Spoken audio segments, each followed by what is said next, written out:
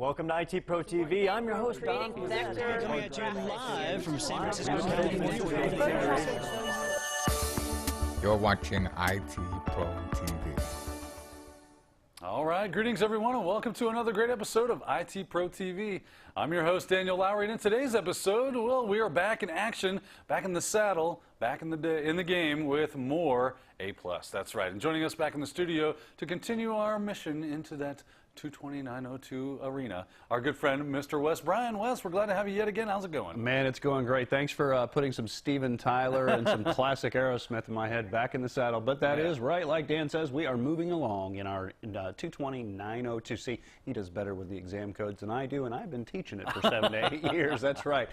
So we're going to be looking at a concept that you should be familiar with. And I got to say, ladies and gentlemen out there, this is probably my second favorite topic when it comes to the 902 series. My first favorite topic, as Dan's already mentioned, is networking. We both love networking, so I love the networking side of things, but this really has to be my second favorite topic because, well, it's really what lets us do some of the things that we've been showing you through really the A+ series, the Net Plus series, Security Plus as well, and that's something known as virtualization.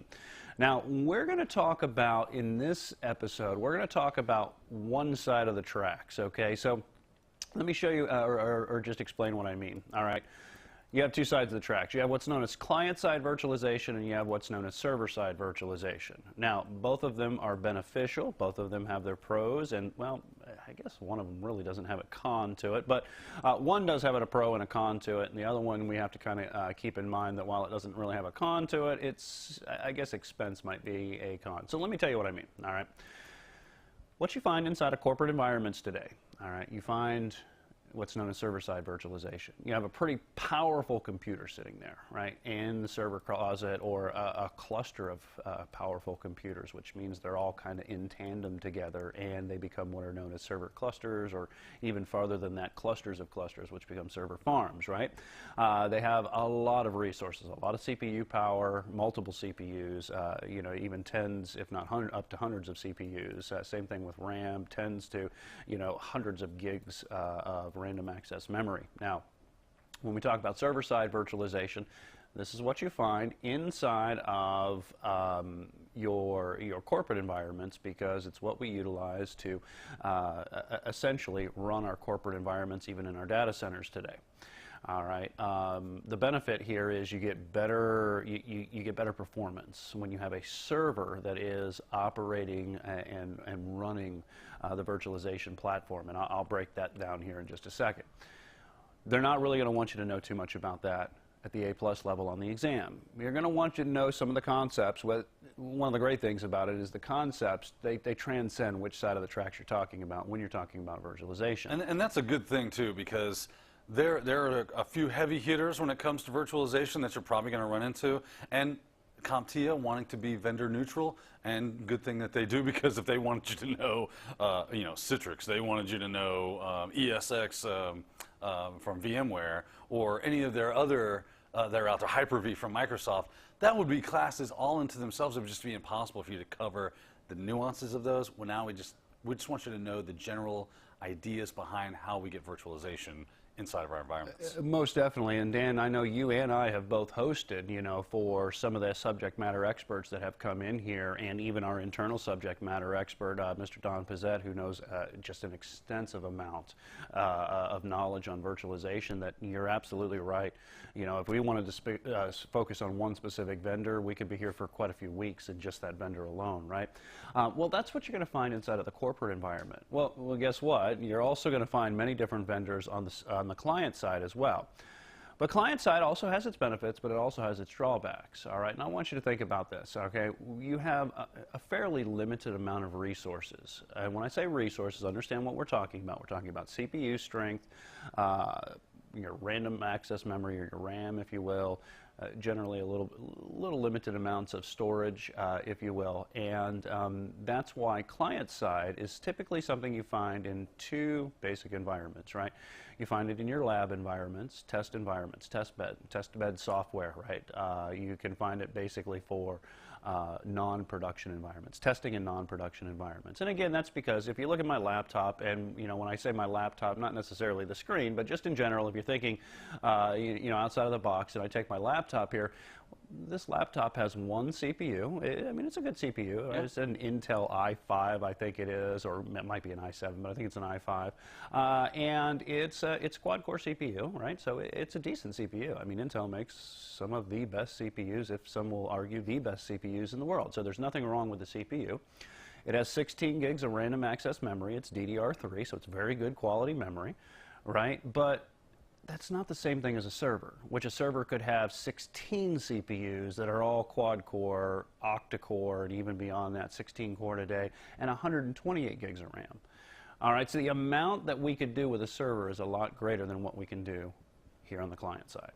But here in the A+, what we want to focus on is what can we do with your clients when it comes to virtualization. Now, let's go ahead and let's do that transcend, right? Let's transcend whether we're talking about client side, whether we're talking about server side production environments, and let's talk about virtualization. All right, so what are some of the benefits of virtualization? All right, well, we can run what are known as virtual machines. All right, and when we talk about virtual machines, the purpose of a virtual machine is the fact that through virtualization, I can run more than one operating system on a single physical device. All right, now we talk about in other episodes in 902, we talk about the Linux operating system and really Unix-based systems in general, right? Remember one of the benefits, there's a lot of benefits to Nix-based systems, and I say Nix as in just combining them together, Unix, Linux, is the fact that you can have more than one person actively working with a physical piece of hardware. And that might be foreign to you if you're coming from the Windows environment. Say, wait a second, what do you mean? Well, I can have 100 people that have user accounts on a Windows machine. Well, yes, you can, but only one of them can be logged in at a time. Unix and Linux doesn't have that problem, right? I can have Dan logged into a Unix box. I can log into a Unix box. We can run simultaneous instances within our own user sessions that are completely separate. So we have multiple people on a single physical device. So how does that compare back to virtualization? Well, I want you to take that concept and I want you to kind of flip it around in the fact that what we can have is one physical device with multiple operating systems, each with their own resources running on a single physical machine. Right? So that same type of concept, right, where you have multiple users, but think about it as each isolated instance of an operating system. And that's one of the benefits of running a virtual machine. Now, what is a virtual machine? All right, well, a virtual machine is nothing more than a logical, software-based, if you will, physical device. Oh, that got tricky, right? Well, we got the physical device, right? I can pick up my laptop and hand it to Dan. That's that physical device that Dan can turn around and work with, right? But a virtual machine is actually nothing more than a file. But what's great about a virtual machine and virtualization is there's something known as a hypervisor, right? It's kind of like a middleman or a middle person, if you will, that allows this software-based folder or file to encompass all of the physical hardware that we see and allow it to interact with physical hardware. And it has no idea, the operating system that's running on it has no idea that, hey, you're just a little file that's out there. All right, it thinks that it's a physical machine. It has access through the hypervisor to work with the physical devices, and the hypervisor actually kind of like a traffic cop says, okay, you can access the CPU. Hey, you know what? You operating system number 2, you can access the hardware now too. Hey, you operating system 4, 5, 6, 7, 8, 9, 10. All these different operating systems can access the hardware at one time. That's a great thing, right? The purpose of a virtual machine is the fact that I can have an isolated instance of an operating system. And when I say isolated instance of an operating system is because with client-side virtualization, you have to understand there is kind of these abstract layers. Let's go ahead and let's look at I got a little diagram here. Let's see if we can give you something a little bit more tangible to kind of look this up. Now, my head's kind of covering this one up here, but here's a non-virtualized environment. All right, if we look at just the abstract layers of computing, notice down here you have your hardware. And I'm talking about physical devices, right? I have my hardware down here. But then I install an operating system like we've shown you in the 902 series how to install Windows, right, on the hardware. But when I do a non-virtualized environment, I get that single operating system, if you will, that is running and controlling the hardware. And then what do I do within that operating system? I install my different applications. All right, now when I install my different applications, they then communicate to the operating system, and then the operating system allows us to control our hardware. Well, with a virtualized environment, things change a little bit. What we do is we add an extra abstract layer called the hypervisor here. And what the hypervisor does is the hypervisor now acts like the communication point that earlier one operating system was doing. And what the hypervisor does is it allows me to install, guess what, on top of it, multiple operating systems. So I just gave an example, if you will, of like Server 2012. And you can pick your operating system, honestly. I mean, Linux supports this, Mac supports this. Mac, you have to have their hardware, but still, Mac supports this. In fact, we're running Macs right now. All right? So you can pick your operating system, and I can install it on top of the hypervisor, and then the hypervisor allows us to communicate with the hardware. So again, you're adding an extra layer.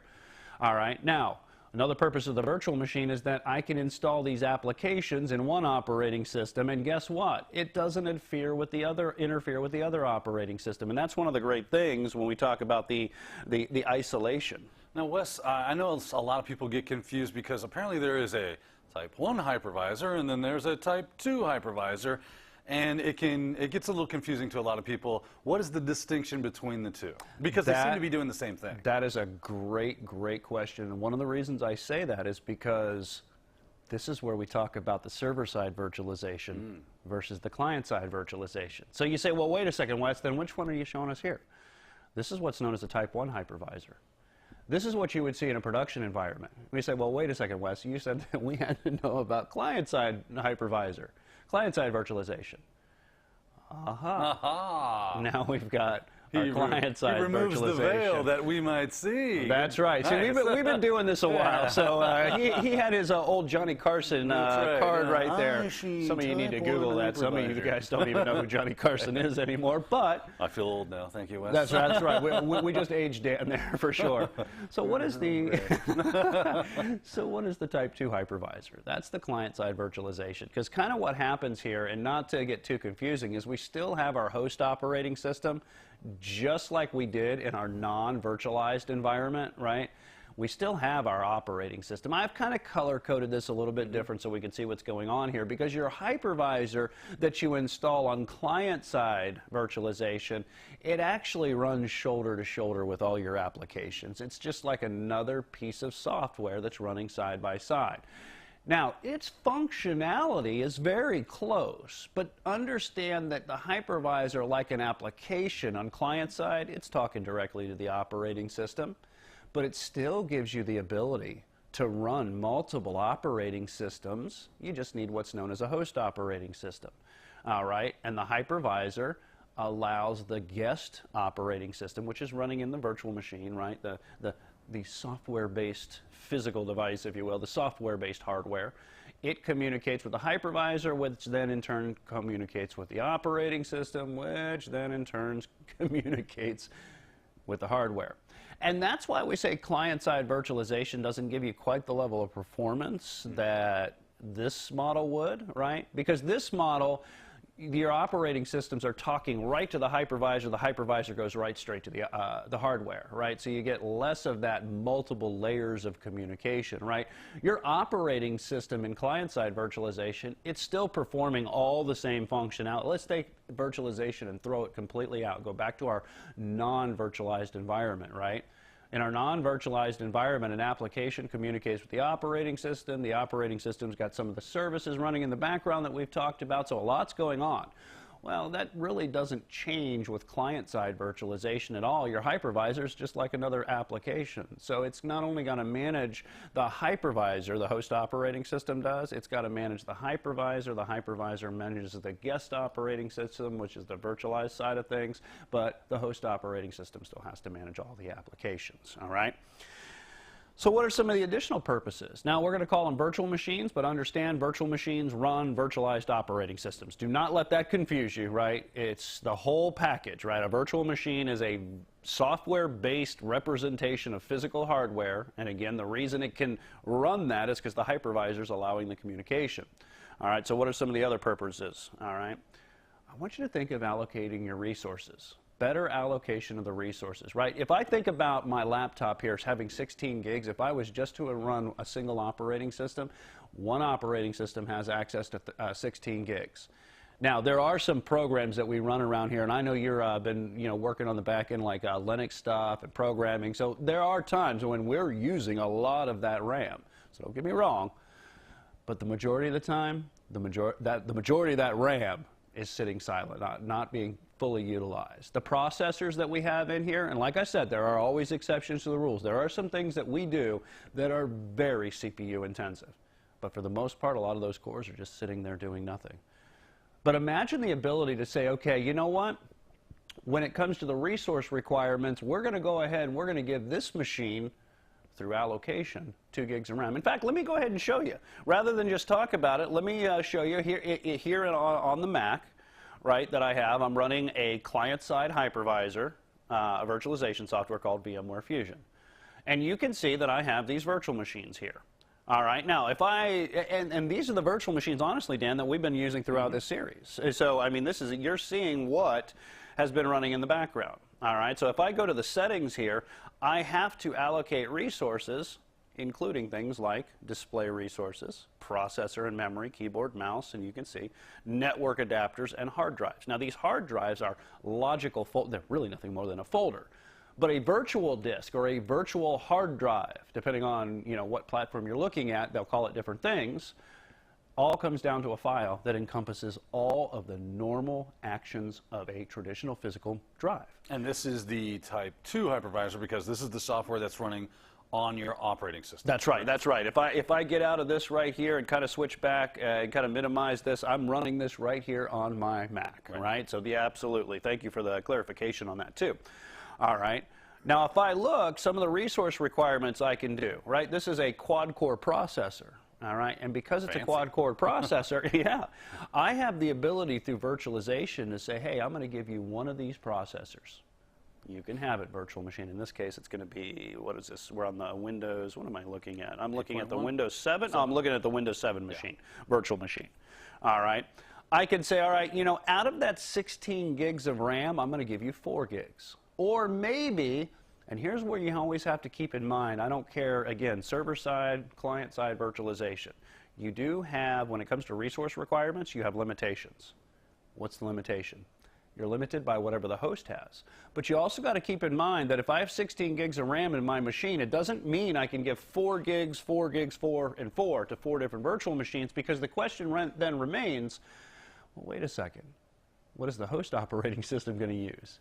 So you also have your host operating system that needs to run its resources, which is another one of the reasons that a Type 1 hypervisor is better for production, because I can allocate all my RAM. The hypervisor is just going to communicate in a very, very small footprint. All right. But maybe I decide, you know what, Dan, I'm running out of resources. I've allocated a little bit too much RAM to one of these devices, so I decide that, you know what, I don't need to give all of that RAM to a single operating system. So now I can back this RAM down, what I'm allocating to it. Now, if this was a physical machine, right, what would the resource requirement to do be there? I'd have to shut the machine down. Pull out the screwdriver. That's right, that's right. Open the box, and I'd have to pull the stick out, and then I'd have to go physically walk over to another machine, and I'd have to install it.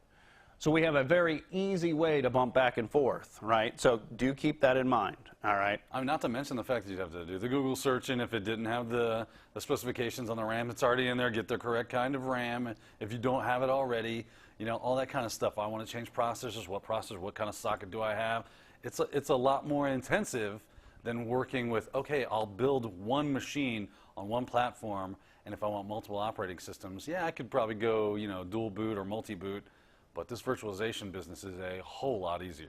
Yeah, definitely. You know, and some of the other benefits of VMs too is the fact that if we're looking at my screen right here, I've got what are known as snapshots. Oh, yes. Oh, and I take these a lot, right? So we had an episode where we were talking about the Windows updates, right? And I wanted to make sure that everything went off with a hitch, without a hitch, right? Or however you would say that. Yes, yeah. Is that right? Okay, thank you, Dan. Got to have Dan here for some of the English here. I'm going to get you like a book of sayings. I was going to say, I am multilingual. I speak 3 languages. I speak good English, worser English, and even worser English. You're like the bartender from Boondock Saints. Yes, absolutely.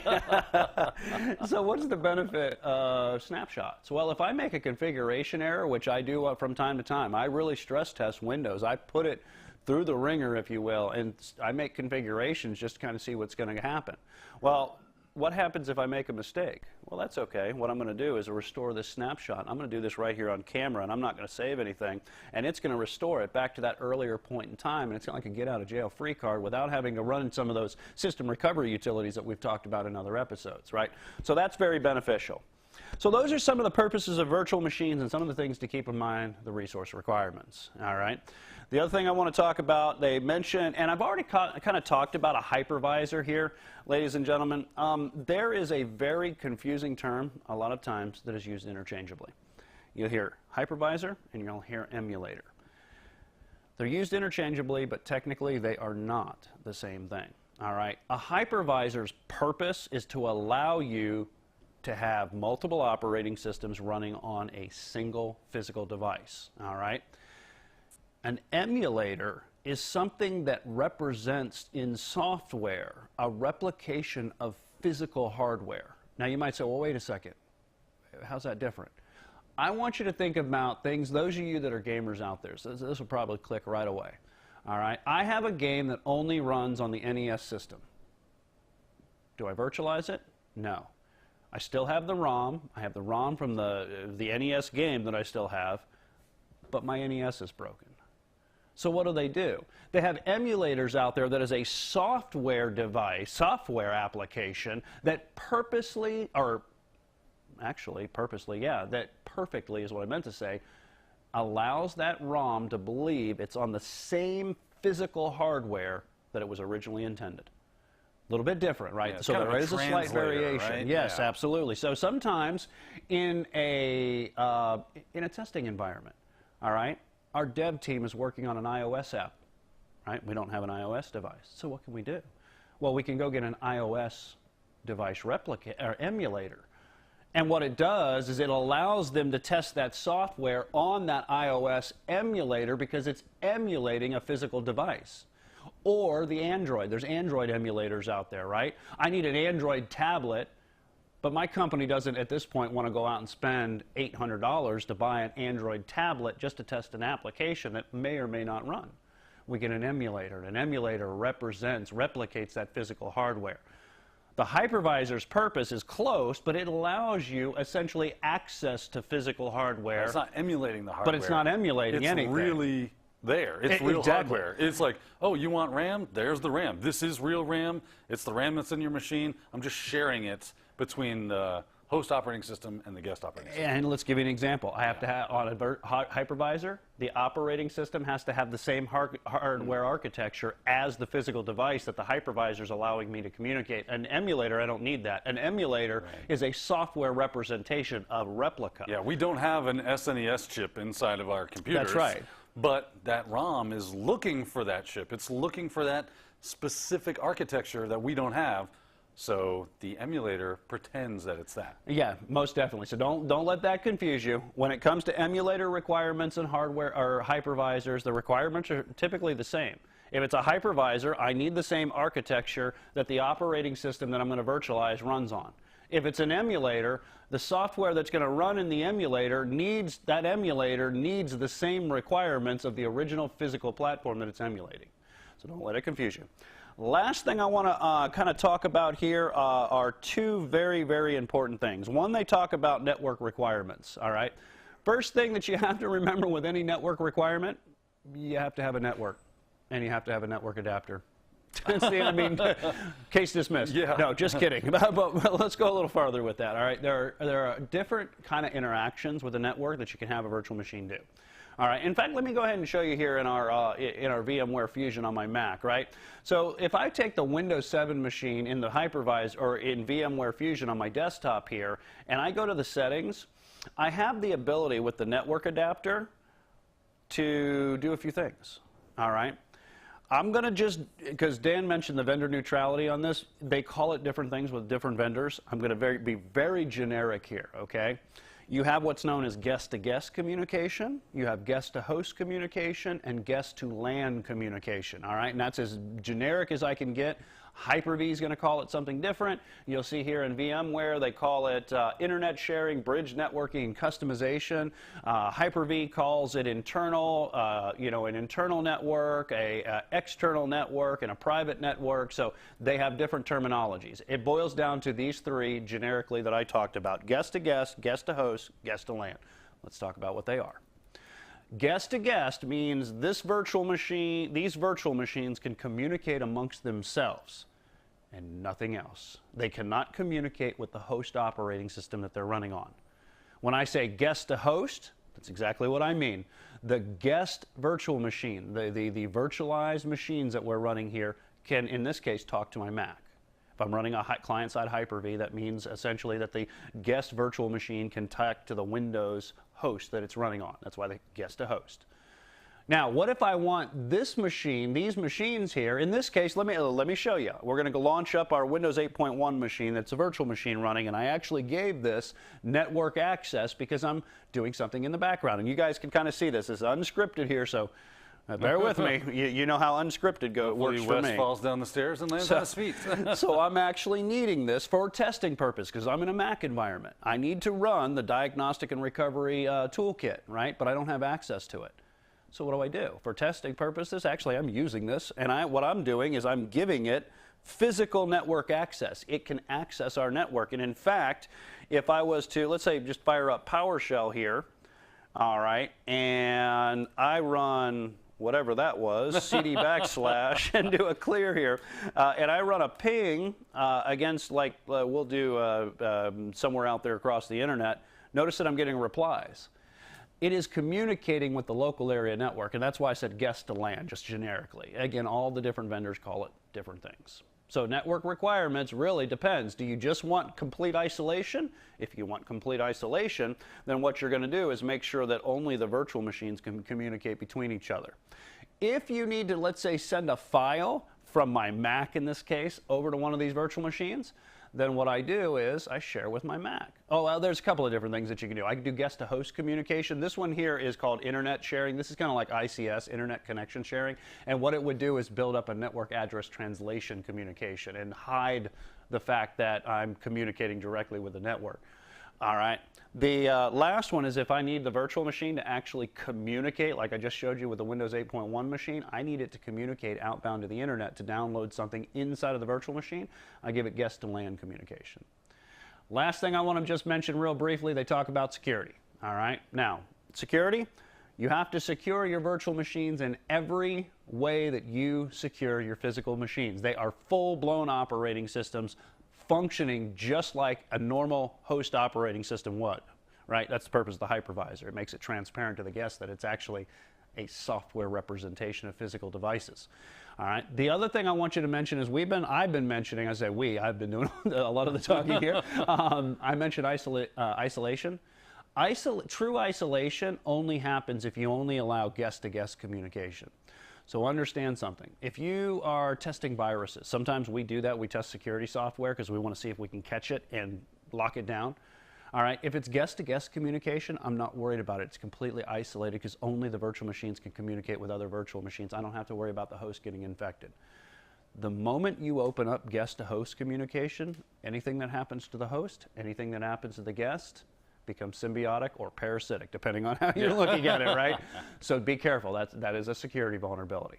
those are some of the things that you need to know in client-side virtualization. Dan, I think I got it all, but I do know that we're probably burning the clock on this one. Yeah, well, we're good to go. I think you covered the basics. So there's a really good primer on virtualization. So if you're new to virtualization, you've never seen it before, or you've just heard of it but never really experienced it, Wes has done a really good job of kind of taking you from soup to nuts, what you need to know as far as virtualization goes. If you have worked with virtualization before, maybe there were some concepts that you didn't quite understand or you weren't really that familiar with, and now hopefully that has been cleared up for you. And if you've used virtualization, you're pretty good at it, you've worked with it extensively, now you know what is going to be on the exam, so you're prepared for that. So wherever way you slice it, this should have been a very good episode for you. And Wes, it was really well done. I appreciate you dropping by. But you're right, we're out of time for this episode. Man, it's too bad because I love virtualization as well as Wes does. So I guess we're going to have to sign off. Oh well. Signing off for IT Pro TV, I've been your host, Daniel Lowry. And I'm Wes Bryan. And we'll see you next time.